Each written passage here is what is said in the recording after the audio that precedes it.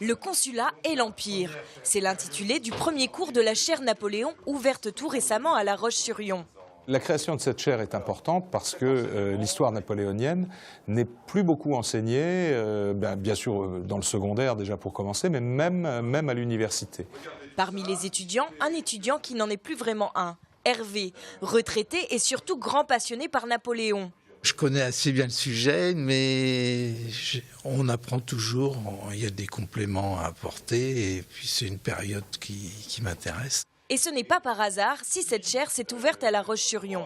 La Roche-sur-Yon, c'est Napoléon sous le Premier Empire. C'est une ville qui a été, non pas créée, puisque La Roche-sur-Yon existait déjà, mais qui a été agrandie, modernisée, conçue par Napoléon. L'histoire de la ville doit être un des moyens de la faire rayonner.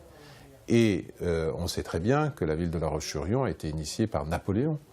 Et le fait de parler de Napoléon, pour La Roche-sur-Yon, est aussi une plus-value. Et ça nous permet de faire de cette richesse historique, parce qu'on n'a pas à la gommer, c'est de faire un véritable pôle historique napoléonien.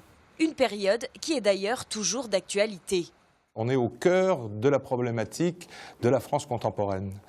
L'histoire de Napoléon, elle nous parle de Napoléon évidemment, mais elle nous parle aussi beaucoup de nous. On va essayer de montrer en quoi c'est une époque importante, une époque charnière, sur le plan de la politique étrangère, parce que c'est la fin de la grande ambition d'empire-monde de la France, et sur le plan de la politique intérieure, parce qu'on est là au cœur de la réorganisation de la France contemporaine. Nous vivons aujourd'hui sur des institutions napoléoniennes, sur des institutions sociales napoléoniennes, je pense au Code civil notamment. Donc on le voit, il y a une grande pérennité de l'œuvre de Napoléon dans la société française. Pour en apprendre un peu plus sur cette figure qui a marqué la Vendée, rendez-vous à l'ICES dès vendredi prochain.